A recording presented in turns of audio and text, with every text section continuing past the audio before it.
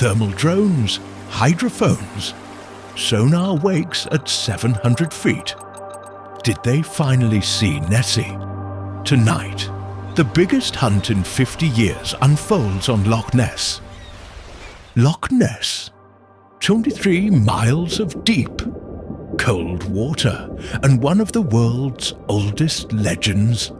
Nessie, in 2025, an unprecedented wave of technology, and volunteers returned to the loch, thermal drones scanning the surface, hydrophones listening deep below, and boats combing the shadows.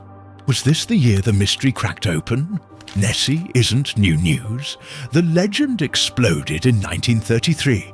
There was a major sonar tugboat sweep in 1987, known as Operation Deepscan, where multiple boats scanned the loch and recorded odd sonar returns.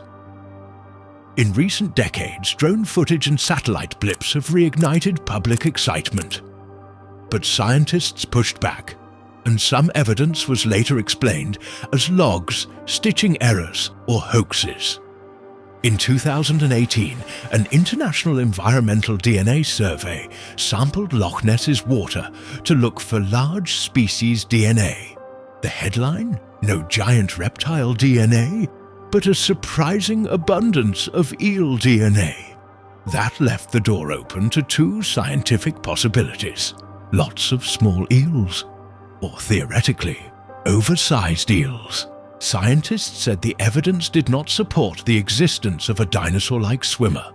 Over the past few years, the loch saw a technology revival. The Loch Ness Centre and volunteer networks began hosting quest weekends that combined thermal drones, infrared cameras, sonar mapping, and hydrophones to scan the entire loch.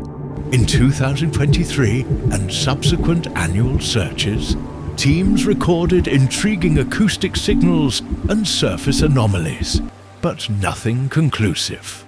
2025 brought renewed activity.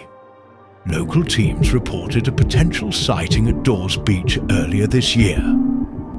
The Loch Ness Centre said that teams are now using expanded hydrophone arrays and live stream cameras, and that volunteers worldwide can watch in real time.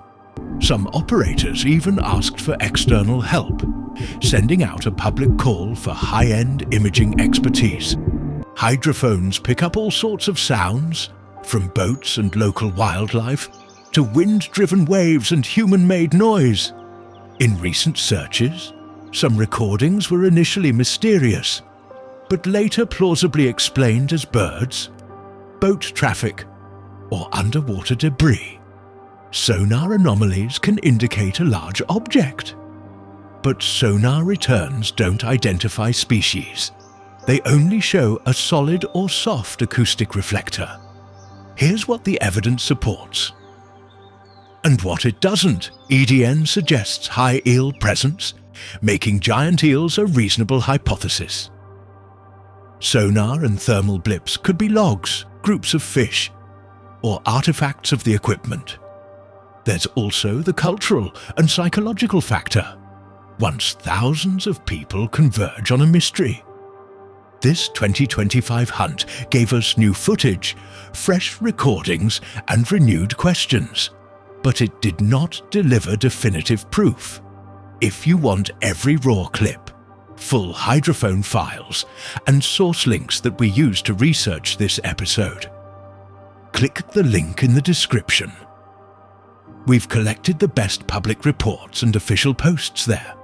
If you want more deep dives like this, hit like, subscribe, and tell us in the comments, what do you think Nessie really is? Giant eel, misidentified wildlife, or something else?